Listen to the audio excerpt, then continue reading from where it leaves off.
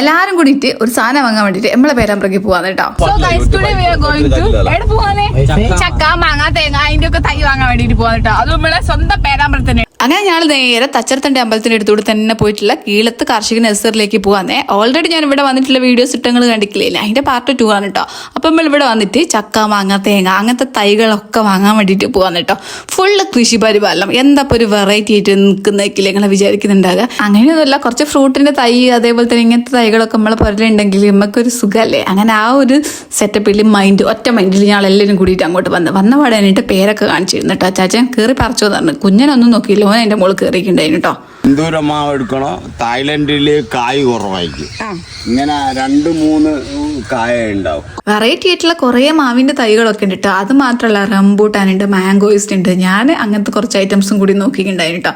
പിന്നെ ഇതാ കുഞ്ഞൻ അതിന്റെ മുകളിൽ ഓരോരോ പേരൊക്കെ എടുത്തിട്ട് താഴോട്ട് എല്ലാ പേരൊക്കെ നല്ല മൂത്ത് പഴുത്ത് പാകമായിട്ട് നിൽക്കുന്നതായിരുന്നു കേട്ടോ. ഇതൊക്കെ അതിന്റെ മുകളിൽ പറിച്ചാൽ. പിന്നെ ഇതാ പ്രയാഘട്ടന്റെ വൈഫും വാവയും കൂടി ഉണ്ടായിരുന്നു. ഓരോട് ആയി പറഞ്ഞ് പിന്നെ നമ്മൾ പേരക്കൊക്കെ കയറ്റി പറിച്ച് തിന്നാന്ന് കേട്ടോ. നല്ല ടേസ്റ്റ് ഉണ്ടായിരുന്നു. നോക്ക് ഇങ്ങനത്തെ സഹായിക്കില്ലേ?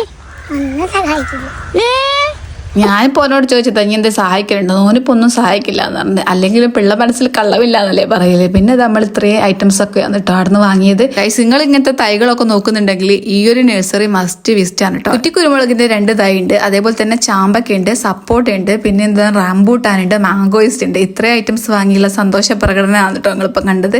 പിന്നെ അച്ചാച്ച നേരെ പോയിട്ട് ഇതാ അവിടുന്ന് കുറച്ച് ചകിരിച്ചോറും കൂടിയും കൊണ്ടോട് ഇതും കൂടി ഇട്ടിട്ടുണ്ടെങ്കിൽ എല്ലാം നല്ലതായിട്ട് നിൽക്കുന്നതാണ്. അങ്ങനെ നമ്മൾ ഇതാ അതൊക്കെ എടുത്തിട്ട്